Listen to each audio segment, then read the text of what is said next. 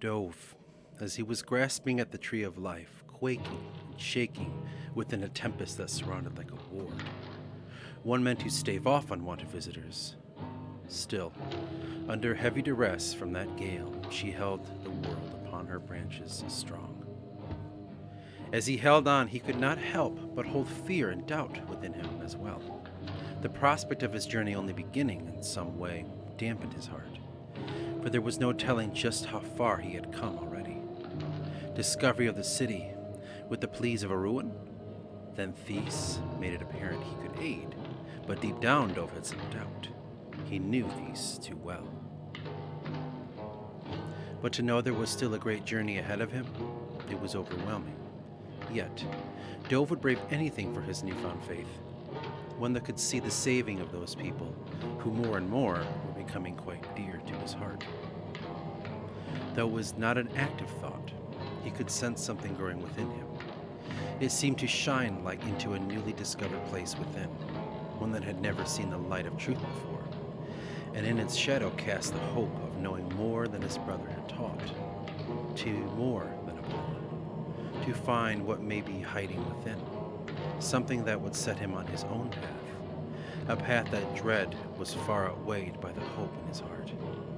Before him opened a doorway, just as the blind man had pointed towards. Down in the dark dream is where they lie. A journey of darkness is ahead of you, one that may throw you from all you thought you have known before. For you have already heard the call, that much is clear, or else you wouldn't be here now in this place. The door hung there, inviting him in.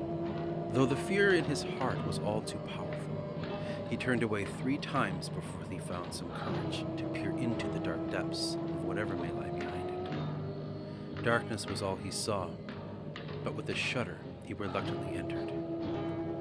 He was within. But his first question, what was this place he found himself in? And more than that, what was he meant to do? Memories faded away. His search for Ariun, which already was disrupted by the lure of the keepers, faded as well, until their quiet call was all he could feel. The search for those keepers, whoever they were, pulled him deeper and deeper in. Those hidden sages that placed themselves deeper within the realms beyond what Dhove ever knew possible. Those strange doorways into the fractal places that, more and more, seemed to fall into one another. Like colliding game pieces, they fell on one or the other, and through them was a place far greater than what lay behind. The realm of the AOC was vast enough, and now to discover a greater bridge was beyond it, it was far too boggling for his already altered state of thought. What lay hidden from the eyes of the Titans, we greatest people in all the known universe? Dhove was quite beside himself in thought. Yet what pulled through was Theis and his ill-gotten ambition, one that was pulling the fabric of the AOC to ruin. Clearly he did not know that it would happen, right? How could it have? But the Creator should have, unless it was meant to be. He could not say. Still, Dhove wondered at Theis and his ambition. It served him well, or so it seemed. Yet a man that was once so pure and dare to say righteous, now in Dhove's mind was no longer. It was clear something was pulling at the once great man, something that drew him into a deep darkness. One Dhove never knew could have existed in such once a great man, a man he once called his brother. From there, Dhove's anger seemed to have taken him to what appeared to be bathed in that very darkness. It was all-consuming, and soon enough he could not tell if it was the realm or himself who shadowed those darker thoughts about Theis.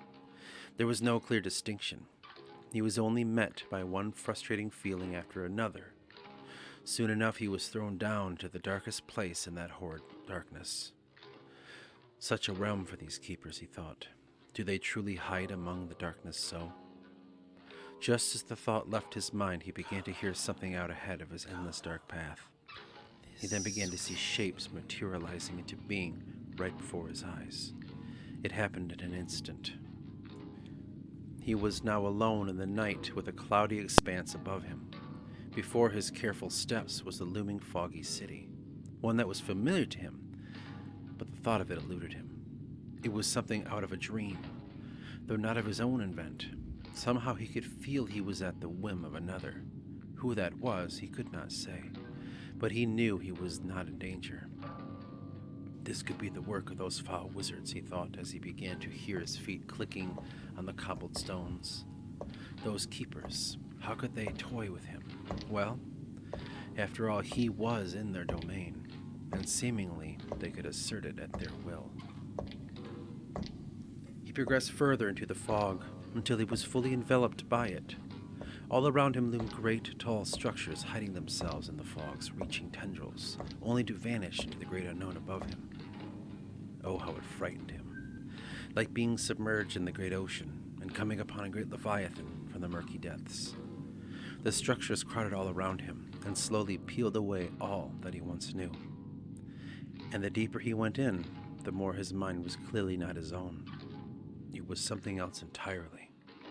And eventually, he was fighting for the space in a place he once thought could never be relinquished from his control. War on thought.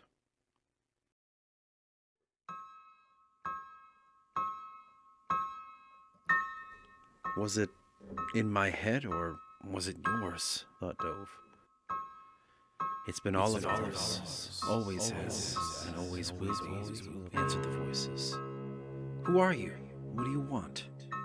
Want? There is no want. We are always here. There is not want, only be. We? Who is we? Do not think you can take my mind from me unless... Ariun? Is that you? There was a short silence, then followed by the multitude of voices once again. You could call me that, yes. But us is something quite different, indeed. It really is you, Ariun. I've been searching so long. I need your help. I was told the keepers might aid me, and you were right. I believe Theis will not help me. Or help you, rather. But I can save the AOC. I just need the help of you and the keepers. Indeed, Theis cannot help. For now he has taken the world of the AOC and wrapped it around his finger. It has fallen totally under his will. He sought to pacify that place, and though the veneer of peace and sanctity reign, the truth worms its way under his very feet. In fact, he has taken to twisting the very tree of life to his will, one that now serves as a citadel for his will. No, that cannot be so. What right does he have, unless he... No. He does not know what sin he commits. Please, let me speak to him. Let me beg of him. You have become a wanted man, Dhove. No, it's far too late for that. For a being has found his beacon of greed, and Theis does not have control of his thoughts as he would believe. For like you, he holds within himself some great evil that has sway over him, one that found him just as I have found you, how we have found you. What are you saying? You and those other titans have walked into what you could never understand. For within this place, this city, are forces you could never comprehend. And like a dead carcass, you attract all to feast upon you. Only I can save you, dear Dhove. For now at least. For you are the only hope to bring about what change the AOC have craved. Their ascension. Their ascension? Just tell me what must be done, and I will see it done. But first, you must progress further in. You must go about and find your truth. For you were not led here merely to search for these keepers, or to find me, but you must find yourself. Find who you really are, and with you I'll send someone you've already have met. Dhove. As Dhove turned, he could see a familiar figure appear from out of the swallowing fog. the figure that led him on this journey, the nameless one from the forest. He could hear his giggles before the fog had broken around him. The guide looked on Dhove, and with a chuckle only remarked, Are we ready, dear sir? a sentiment so sweet it softened Dhove and carried an ease over him. He then found the voices had all but vanished within his head, and though the dense fog of that mysterious city still loomed around him, he was more at home than he had ever known in his life. Soon enough the guide, Dhove took to calling him, led him on. Come this way. He was quick-footed, but they passed through the fog with relative ease, until eventually they found themselves in that familiar forest where they first met. How he could tell, he was unable to say. Yet the feeling was there, however. That forest cared for him, protected him, and his guide was the sweet caretaker of that place. "Where are you taking me?" asked Dhove finally. With a giggle he said, My friend, I am not taking you anywhere you have not already been. This is your life, remember? I'm merely taking the lead on your own discovery. "And what is it I'm meant to discover?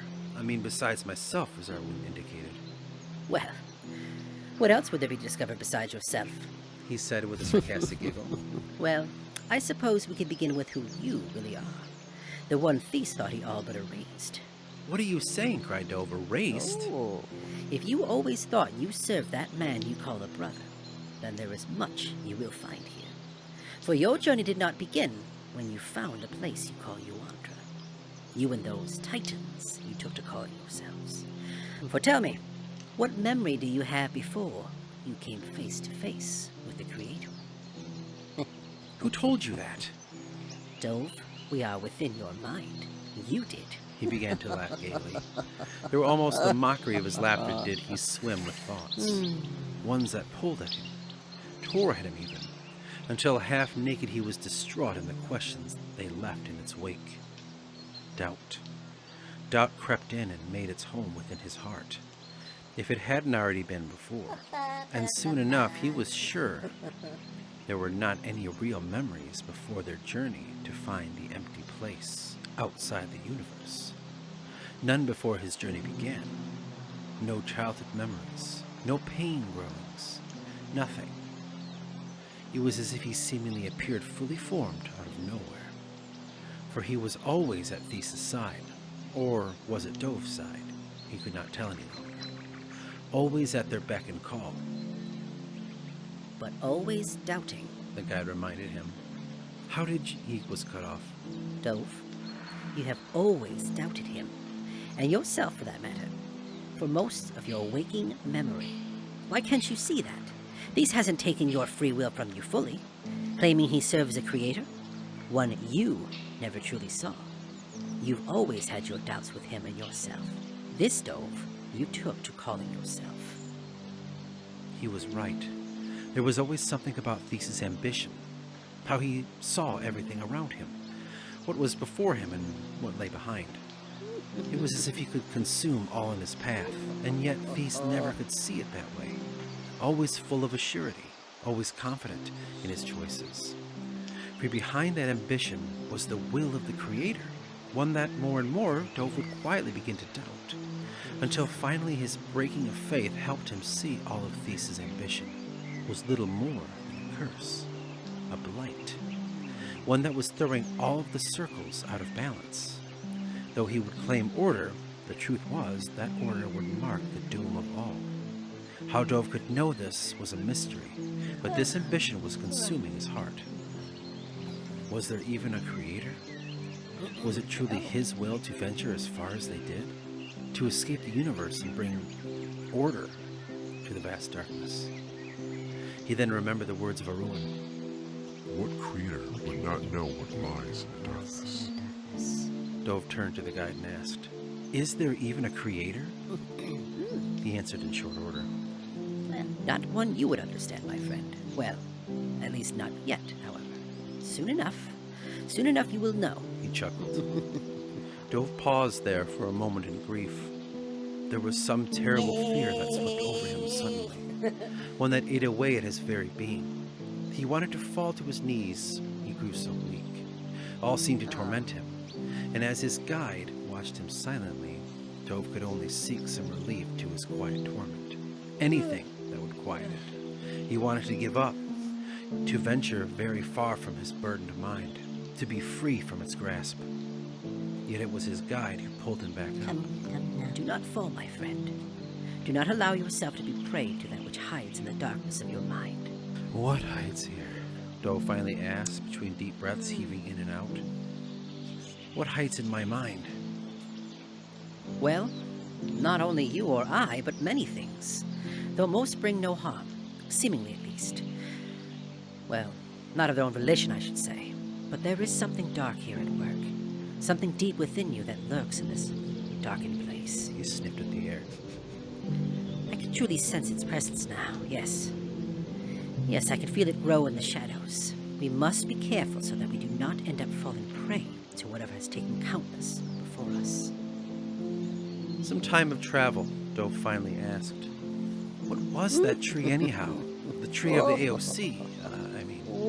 And how has it led me here to what is seemingly my own mind? Many questions, and all a different answer, at least seemingly, of course. I can say they will lead you farther in if you let it, for it can take you back to where you came from. Again, if you let it. And all of those memories hiding there will be the guide, but... Only if you let it, finished Dhove. I get it, but how do I? The guide turned to Dhove gravely. This is only for you to decide. And decide you must, for we have come to our first break in the path. He gestured out to Dhove.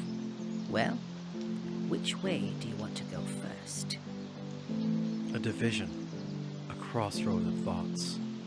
One that pulled apart so vastly he could see no end in sight. Neither road seemed to give a reprieve to his anxious thoughts that fell so suddenly upon him. Though in his heart he could not say what it meant. His thoughts were the division out ahead. They coincided, that was clear, but to what? What could it say about himself? Looking out ahead, just how they would wind away into the ethereal darkness that clouded around those tangled trees. It was as if the very fabric of the world was quietly undone from behind each tree, or under every rock. A vast drop into nothingness lay just beyond his reach.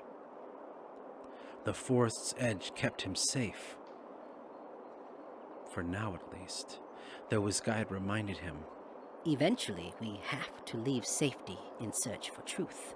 It was clear he was torn, no matter how he decided to see it. There were two clear paths ahead, and his dawdling was not helping him. But such division brought about thoughts of his own allegiances, ones he held so dear. To now go it alone, that was something new. In his mind, the two roads brought about two distinct thoughts. One road was all he knew, all that which was in the past, and now what would lie ahead. But it was not his choice, rather the choice of another, Dhove and Theis. And to be frank, there was some comfort there, yet it was mired in self-doubt. But still, it was familiar, a beaten path, safe. 2. Then off on the other road was a great unknown, one that was shrouded in mystery. And his guide pointed out. All possibly full to the brim with that whisper in the dark. He chuckled.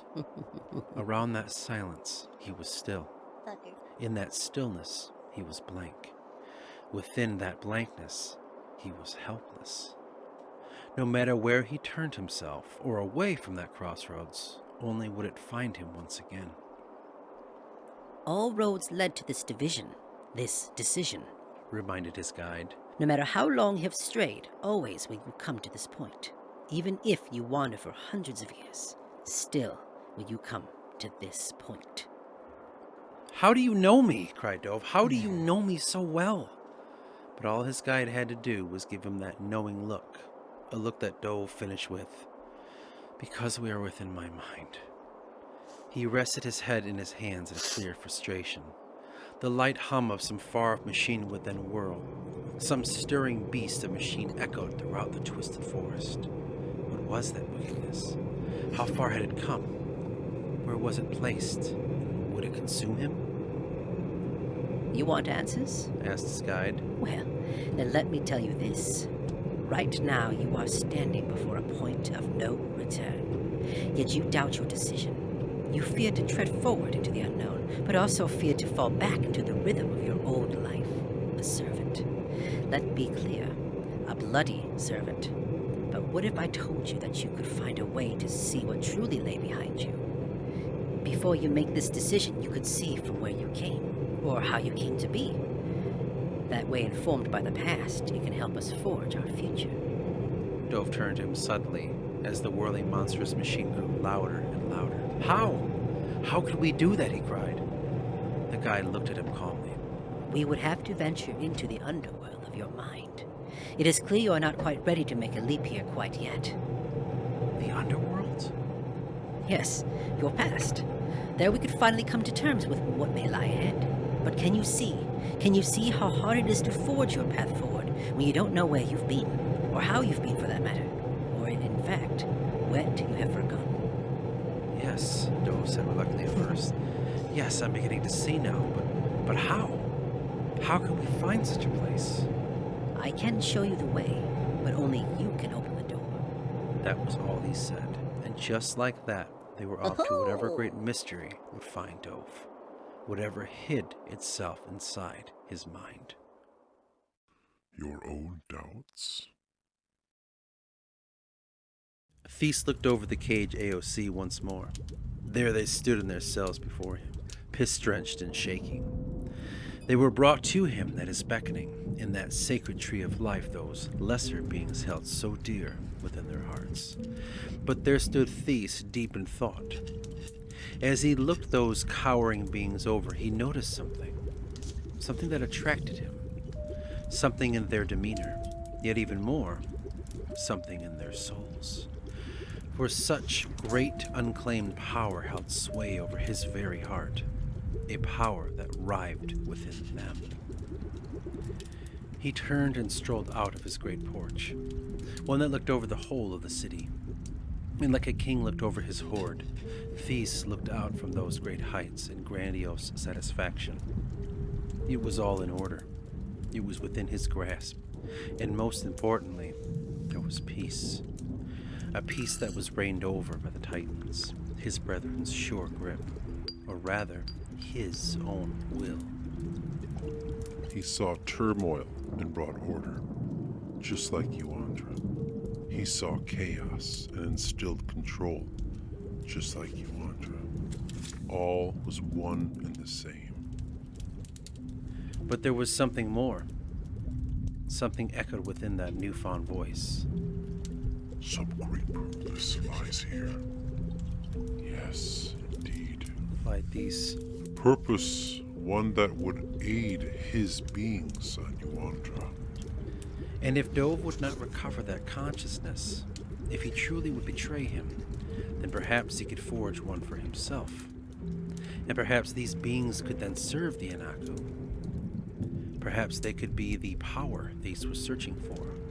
More than that, a power for his brothers and sisters. Perhaps they would be ascension vessels for the Anaku.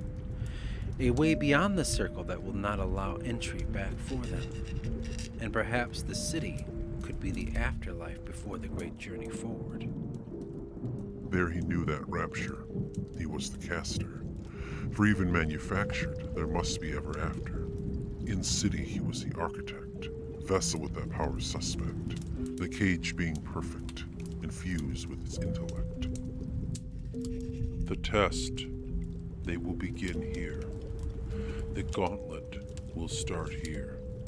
Ascension, the trials shall happen here. And what trials are these, if I can ask? Bahavan quietly poured into the room. Theis looked over him. There was something in his tone. More and more, Theis began to notice it, but pass it off easily. Yet of late his ire began to grow, not only for Bahavan, but some of the others as well. As usual, he would watch him, like the others, intently. Ascension for the Anaku.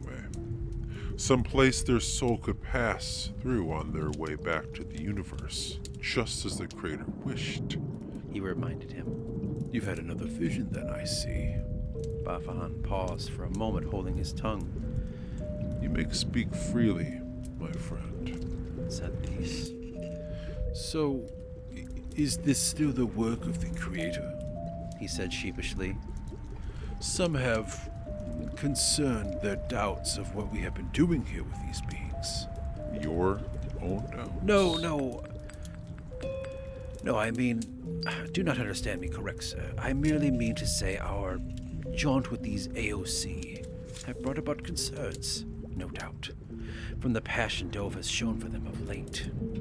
Do not speak to me of Dhove. Barked Thies. And what doubters do you claim to lie outside of you and Krykos? Yes, I know you both hold your suspicion of me. No, not all my allies bring doubt to me like you do. It is not the Creator, Theis, who acts out his will, but you. You who, he seemed to be choosing his words carefully, interpret them. Some wonder if this was his will or yours. We are messengers of the Creator, not warriors to conquer where we trod. Some of us feel this misadventure into this realm had placed us in the wrong path, one that has led us astray. We only seek to right the course. And what course is that? Thies asked bluntly. He placed his hands clasped before him. There was much anger building inside that he would not let Bavahan know. The work on Yuandra, our intended purpose, one you set about Theis. By the word of the Creator, we are his messengers. Do not quote me of scripture, Bahavan. Is there no purpose here? Tell me, why are we here then? I cannot pretend to know the will of the Creator or of yourself. We are not one and the same, Bahavan. But I will say this. What safety I can bring the Anaku, I will. And this place here? He gestured around. This place holds a great tool. One that will aid our people and bring them, once again, into the universe. Just as the Creator intended. He led us here. I know he did. Even if by the agency of that being such as Dhove discovered. He works through all in order to bring us to him. Or the Anaku, rather. And you and I are the messengers of his will. Some believe, forgive me, some believe that you could be interpreting his will through your own ambitions. It's clear this realm holds great power, but is it a power meant only for the Anaku? And who are we to make such decision? Do you doubt his words? Words that have found me? Bavahan looked at him dumbfounded. It is not doubt, but caution, rather, that holds some hearts. We do not want to act against the Creator. Instead of ripping his eyes out of his head. Instead of grabbing his face and smashing it to the wall. Instead of the growing anger coursing through his veins. Thies let out a long exhale.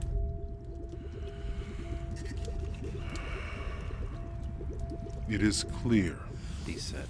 We are not all on the same page. And for that I am sorry.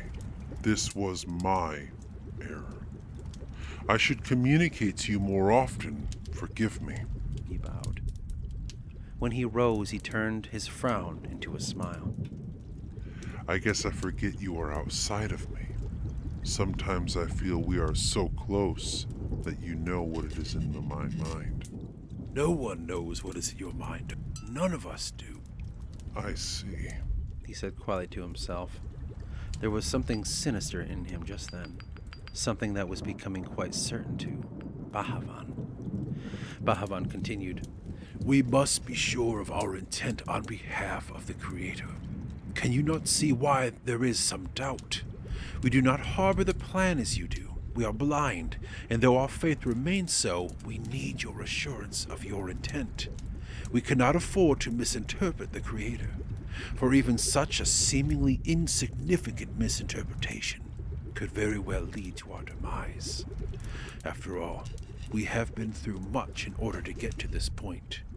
We do not want to squander it with infighting or miscommunication. It is much too important. All the trials that forged us, we do not want to fail him. That is it, Thies. We only seek to be perfect instruments of his will, and we cannot know unless you tell us what your word is and what he speaks to you. Then we can be your tools as well. And what of failure? Failure? What of our flawed nature that is cast in his shadow? Is there no merit into my approach? How I have found him, found his words to me, how I serve him. What words from me could ever touch the grace of what he communes to me? To spew it out upon you and your many fractured minds. And where can I say your heart lays when they find you? What can we say of the Titans? Of our attempts that pour from his will?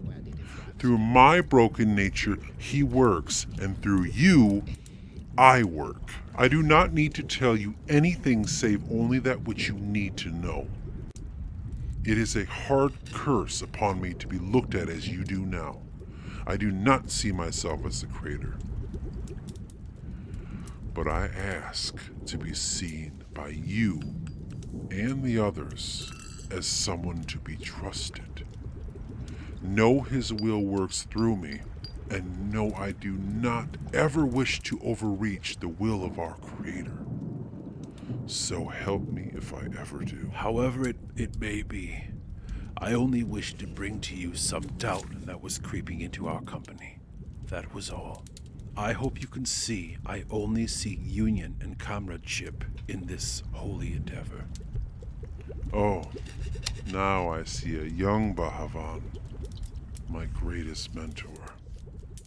These beings, these strange beings, might hold within them something far fouler than we could ever know. And our establishment among them may bring about harm, not only for them, but for us as well. If there was harm, it would have found us already. That I can assure you. Remember what Dhove showed us. We've been tangling with these beings far longer than we could ever have known. I could only say exercise caution and keep us informed of the word. He turned to walk out, but quickly swung back to him, meeting his eyes face to face. And I speak for more than myself and Krykos, as you believe to be. Let us serve you. You're our own chosen son. And that will be for the Creator to decide. Theis whispered to himself. Bahavan turned and left his presence. Behind, he left Theis swimming in the thick air of doubt. One that seemed more a threat the longer he waded in. Some brother would surely seek his demise. That was becoming vastly clear to him. And it would have to be stamped out. Though his thoughts were consuming, he knew he needed to begin the next stage for the AOC. And closer did he creep to the cages, looking on the frightened beings, a smile crawling across his face. Yes, I think I may have a way to aid the Anaku and serve me against traitors. His eyes flashed to where Bahavan once stood. It will begin here. Now, come Theis, let us create as a creator does. The heavens of reprieve. Before Theis they stood at his beckon and call. All of the Titans, save Dhove, looked upon him in a hushed excitement. He loomed over them as a general to his soldiers, pacing back and forth, hands clasped behind him. A stern, purposeful walk, each bounding step clacking hard to the ground. Here they are out before me. Here we are before the Great Divide. We have done well, my brothers and sisters, but the work for the Anaku has not ended. Now, I know there might have been some doubt among you, but I assure you this venture to this place beyond the astral was not some harebrained escapade. Rather, I believe this place will further, in fact, serve the Anaku and these beings. He with a flourish unveiled from under a great red cape a caged AOC. These beings will aid us. For I say this, our realm here, this city, is going to serve as an afterlife for the Anaku in order to progress their journey back into the universe, to once again fly into the arms of the Creator. Yuandra is not enough. There they need a trial of life, something for them to strive towards, to become truly worthy of our Creator. Once served their life in what we could call mortality, they can begin the next stage of the journey, or pilgrimage, to then graduate into the realm where the Creator's will awaits them.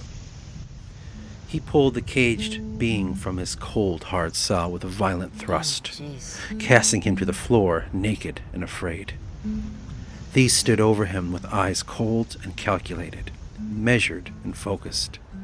There Thies placed one hand upon the trembling being's head, with the other hand raised into the air. He looked as if to evoke some great spell. Through him, however, some great power seemed to come from the heavens, and slowly did it pour into the frightened AOC. It let out a scream in agonizing pain that sent a shock over the Titans, and soon enough the being was writhing upon the floor, wriggling like a worm, as some terrible might poured through him.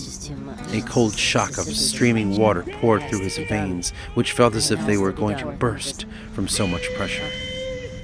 There he convulsed a moment, after then remained still and quiet, as if all his life force was pulled from him. Thies looked as if he then grew a few inches from it, his shoulders wider, his stature more godlike. It was here Thies poured, into this now emptied vessel, poured something of his own invent, his very will. Dhove is not the only one who can create soul, He said with a smirk. All the Titans stood in shock. Their jaws were upon the floor, speechless in fact. Then suddenly the AOC rose to his feet calmly. He looked on Thies, then faced the Titans. He and his brethren will serve the Anaku, the messengers of our will, spirits to guide them into this realm, our Anos. Anos being the heaven in which they will devote their lives in finding. Only the worthy, and these AOC, well, they are the guardians of such a place that lies beyond the skies, to where they must rise, to strive. And we, my brothers, shall await them beyond the astral, fractured ascension, just as if it was all right and perfect. The circle now comes to life. He raised both his hands above him. The Anaku will once again come back to the Creator. Through me will they rise again.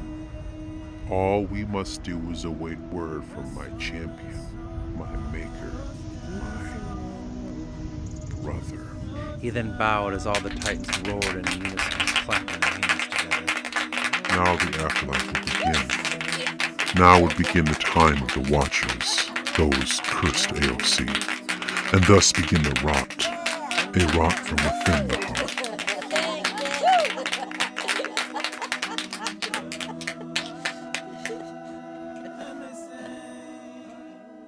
The underworld. Deep, deep within that place. A place that held such great sway upon his heart.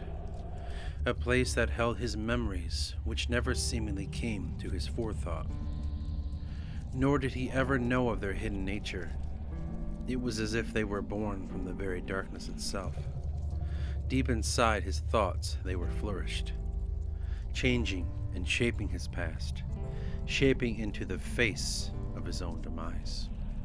Though how could he know it might have been some illusion, or some spell cast over him? One that touched the very being of his nature, altering his thoughts entirely. And if those thoughts would hold sway over him, well, they might be fabricated from some foul author, or so he could think. Yet as he progressed farther in, the more he was convinced they could not have come from any heart besides his own. For they were rank with his fear. They echoed his desires. They were bathed in his demeanor of thinking. No, these could not have come from another author besides himself, or so he thought. Now, what his guide referred to as the underworld was merely a realm bathed in darkness, a dark that held over like some sort of great ward, one that was mixed within that misty remembrance. They both, half veiled in hidden secrecy, one of the other's intent. For if his thoughts were of his own, then the one who brought them upon the platter was merely a servant of this realm. My heart now heavy, walking into the shadow of myself, I now see the trial ahead, one I forged so blindly, one made in the desperate attempts to remember again, yet cast in the shadow of Theis, an overwhelming presence, one fraught with destiny. There he can be felt, there he holds sway over me. My heart was and always within his hands. And so you believe he has claimed your heart, then? Asked his guide. He was bouncing back and forth, and up and down. All around he moved playfully, as if to tease Dhove, being such a serious man. Tease a man so laden from what insecurity plagued him. Claimed it? Said Dhove. Brought it? Well, I cannot say. I merely mean to say I'm under his sway. What past, what long-forgotten memories you sought to show me have been tainted by his looming presence. I cannot say where I begin and where he ends. And yet, you do think it has always been this way, Dhove? He thought. Well, we have only just begun this journey. There is far more to discover here. Can you not see it? Are you so blinded by grief that it does not shine like the sun? Sun, said Dhove. That word stoked a great fire deep within. What it was he could not say. Yet the sun was all he could feel, even there in that abysmal darkness. He could feel its light upon his skin, how he tingled at its embrace, how he shivered at its warmth. Seek the light, His guide whispered. follow that light beyond. You came with the sun, what you call Kramos, but look behind it. Through that prism of reflection, what was before? What was your life before the sway of Theis, who rules over you? I can't remember. Sun. The messengers. Though once they were those wretched AOC, now twisted with Theis' black magic to serve the iron will of the Titans, now guardians of the Anaku, still to be consumed by said Titans. It was a horrid affair, to see a hand-picked group of AOC to be twisted into a new form, one that was under the sway of Theis. Yet none of the other Titans would ever say it was a dastardly affair. They sat in their thrones within the house of the Titans, which dwell in the astral lands, upon the great mountaintop. They watched as the twisted AOC guided Anaku spirits into their once great world called City. Now, it was not at all the AOC who were cursed to serve the will of the Titans. No, but only a select few. And as all the other helpless would find their realm under siege, only then did they begin to fight back. Yet Theis would unleash his twisted AOC upon them and quell any insurrection. A futile effort it was, for the Titan's grip was far too tight. And with the power of the twisted tree of life in their hands, they shaped the minds of those who follow, those who looked to it and begged a reprieve. It wasn't long before utter domination over the city was complete, though the few who resisted that were guided by those hidden keepers still fought on. No matter how perilous it was, they fought on to regain control from the oppression of Theis.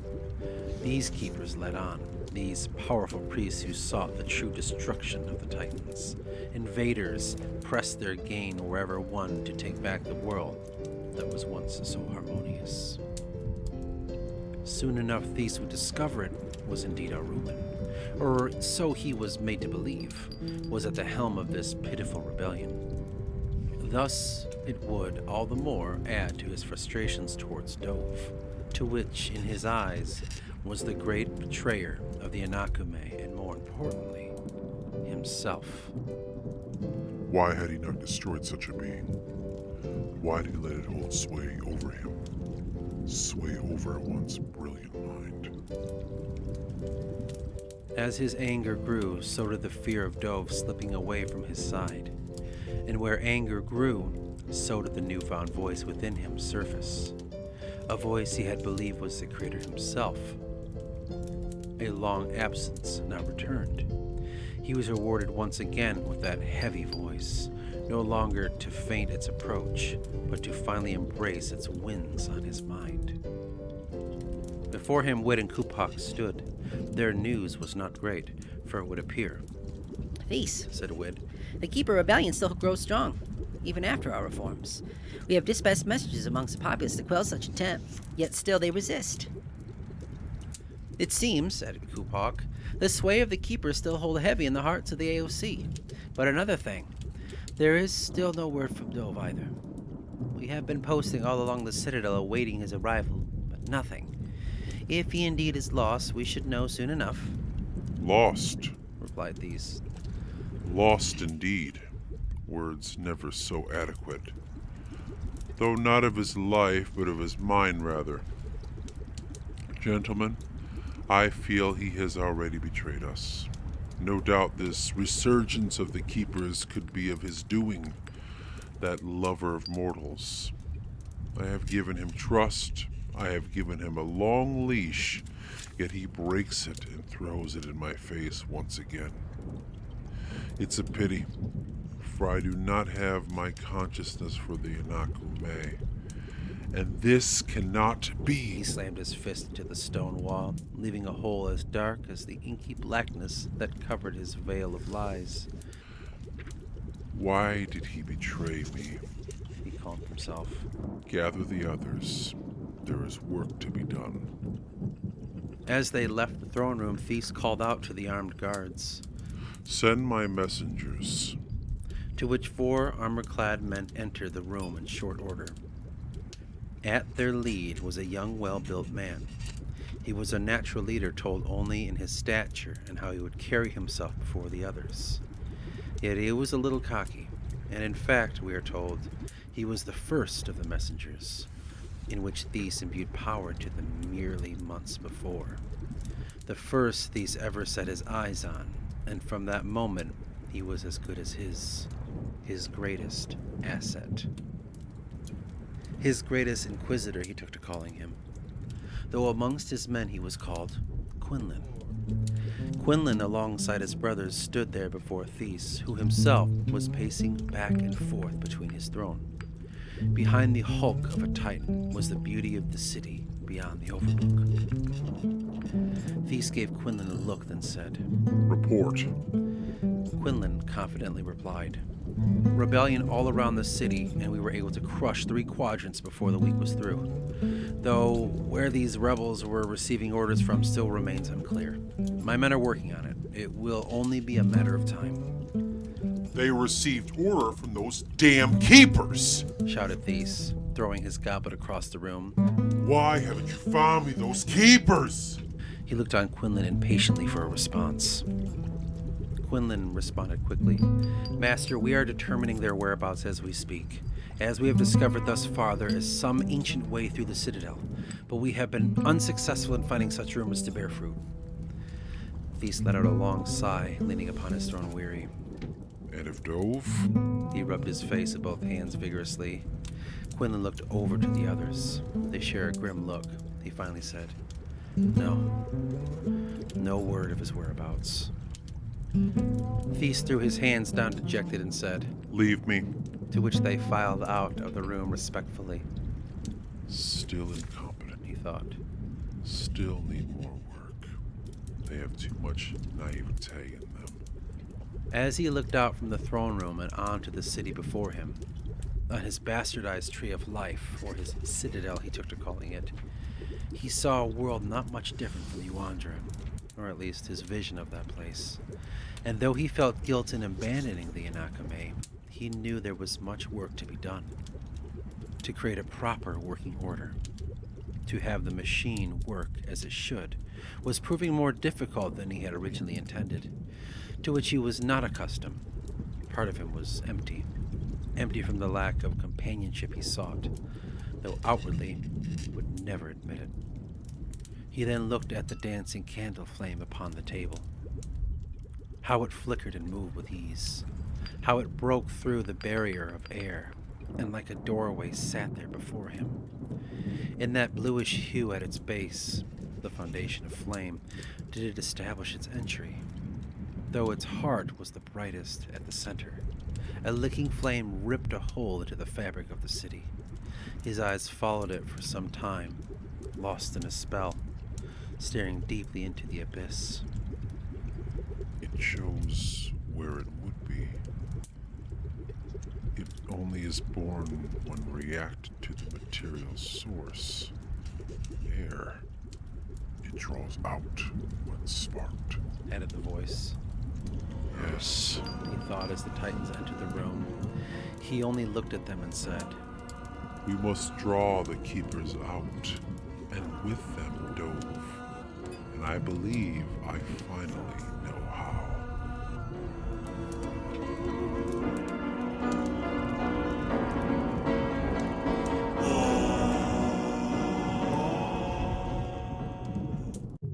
What life thereafter? Against Dhove's better judgment, he stood out before it all. He could see entirely out of the created world of Yuandra. He saw the multicolored bridge that led through Kramos to the astral realm. Beyond that was the temple. Yet what was not there was that newfound mystery he only ever knew as the city. So alarming and new. But regardless, it was all behind him. Through the looking glass of Kramos, a distorted mirror, he peered beyond into that place he and his brethren escaped from. A place only of memory. Though as the memories began to grow, once again he remembered something. It was home. It was where he truly belonged. And the longer he was away from Theis, the more he began to realize that perhaps they should never have left in the first place. Who am I? He thought. Words that were not only echoed by the barred door made by Ariun and his keepers, but more and more as he traversed his mind. He finally began to understand in earnest. Who was I?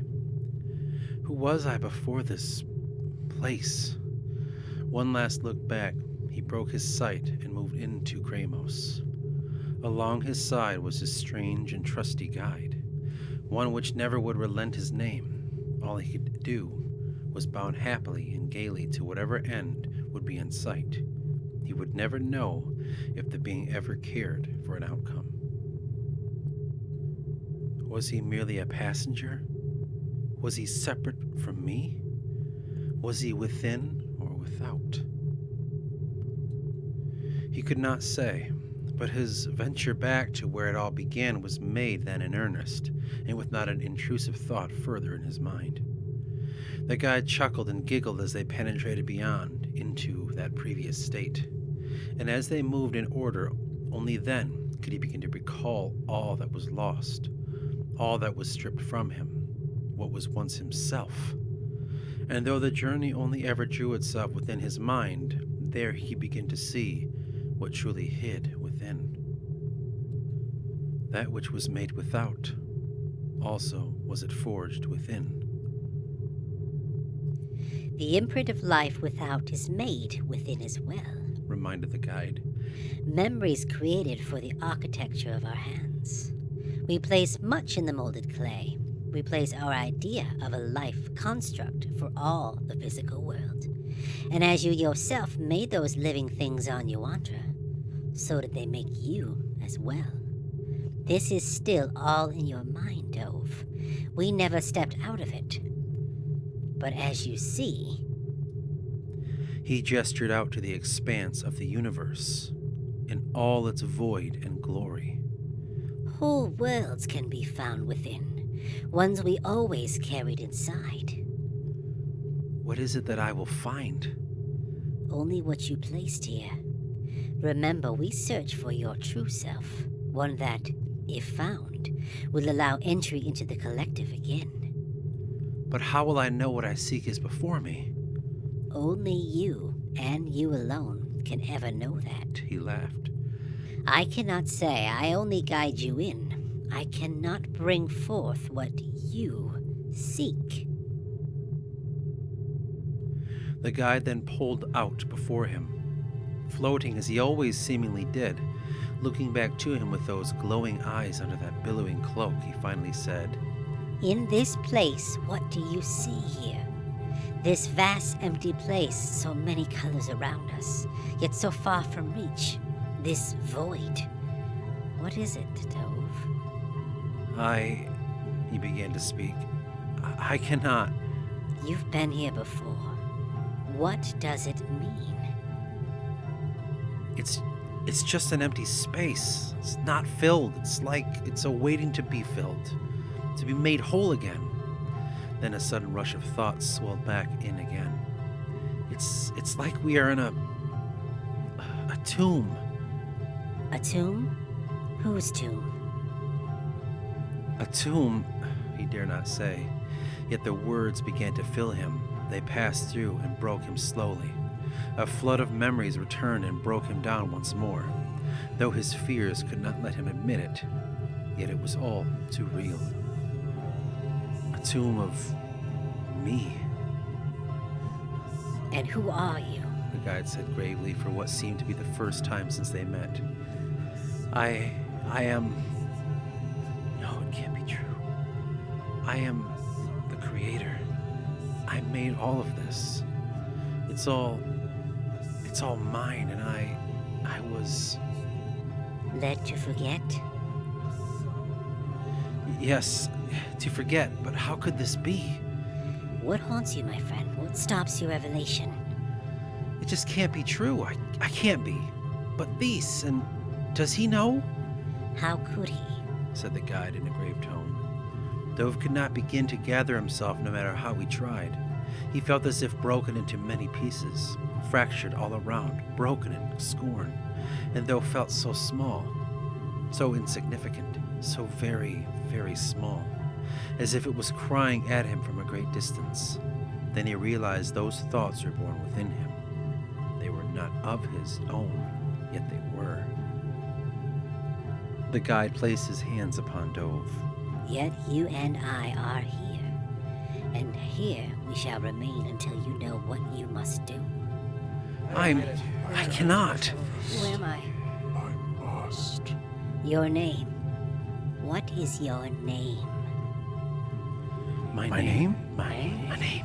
Mine. What's my name? Words flowing through him, so many he could not understand. Though as they blew through him, some stuck on and formed together. Letters that he knew were true. Haraeus. The words felt strange on his lips, but a familiar taste began to grow. A tingling went through him, one that broke him away from that place he called a body. So small it was as it grew ever larger. Haraeus.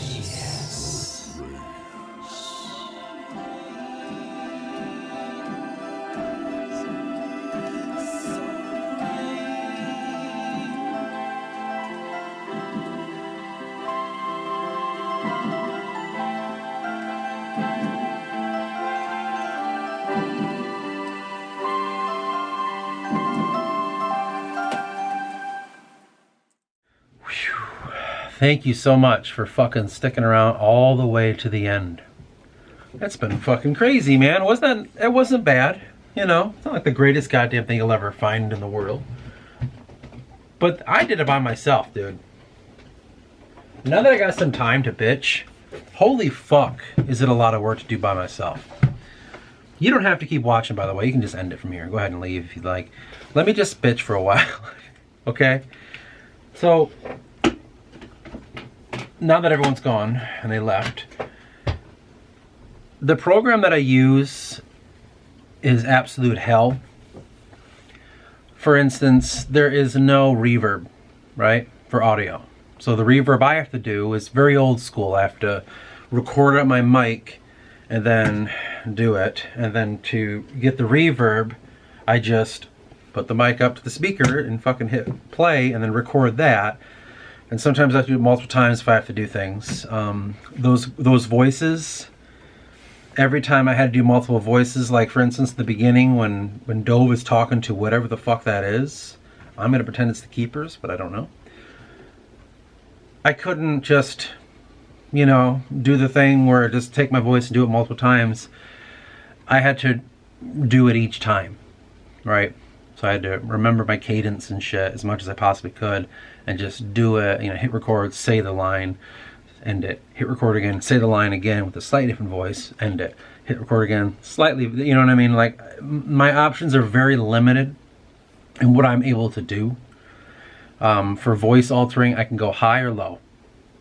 Hence why fucking Theis has got a deep voice and why all the Titans have high voices, because I'm not much of an actor, you know? I find it to be very hard to sit and like, okay, what voice does fucking Bahavan have? Like, I don't fucking know. Gruff. Some kind of English, but not English accent. It's a lot, man. It's just like a bunch of little different things, and I'm not really, like, I'm pretty sure it's obvious, but I'm doing this all by myself, you know? Writing all this shit, creating the script. I'd say filming, but I'm not even fucking with that. I'm just going straight audio, because I'm not going to sit here and capture and do animations, and no thank you. You can use your imagination if you want that. I do all the editing, all the music's me, obviously. I don't use like copyright free music. It's all me, baby. Play the piano and the guitar. That's all I can do. Not very well. When you listen to it, I only do one take, and I hear mistakes. I'm like, I don't fucking care. What, 10 people are gonna care? But yeah, it's been cool. It's been really fucking hard, and I like thinking what's gonna happen next. Oh, we have over 1,000 years more of history to go. This is gonna probably be a long series. I mean, we're maybe halfway through season 1, maybe, depending on how short I want to try to keep it. I want to keep the first season a little lighter because it's the intro to the whole fucking series. But I don't know. Now that I'm like I've been beginning to think about what's coming next, where we left off with Dhove. I'm beginning to think about, Ariun.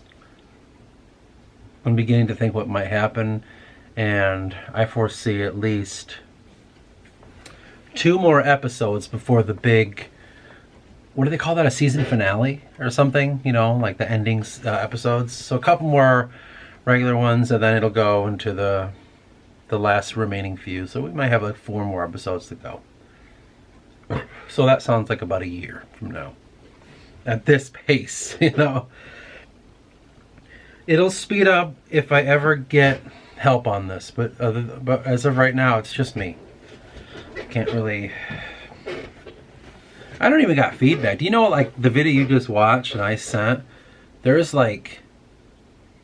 0 feedback. No one saw this before you did. This is it. Like, I didn't get to like kind of show them, and then they could tell me what I need to edit. Like, no, man. I sent it raw. It was kind of cool. Like, it was a little daunting to think about. All the sound effects. Because I was like, man, I really could make... Damn it. I could do all these little sound effects and stuff. And then I kept thinking, I'm like, you know what? Minimal. Because I'm not going to sit here and every fucking sound, you know, like moving around and stuff. I did the best I could with what I had. A shitty USB Amazon microphone and me. So not bad. Not bad with that. Anyway, I think we're gonna pull away now because I still have to. I have to actually send this video. But any whizzles, you guys, much appreciated whoever you are. Mostly probably me. There's gonna be 40 views on this, and 32 of them are from me. Guarantee it. That's how it always happens. I always watch my own videos like crazy. But it was fun, man. It was hard work. Put about at least 18 hours into it, but probably more because I don't really pay attention to the hours when I'm working. Anyway, on to the next one. Let's hope people like this one. This one was this is my favorite one so far. Favorite. It was really good to do. But let's pop a dop.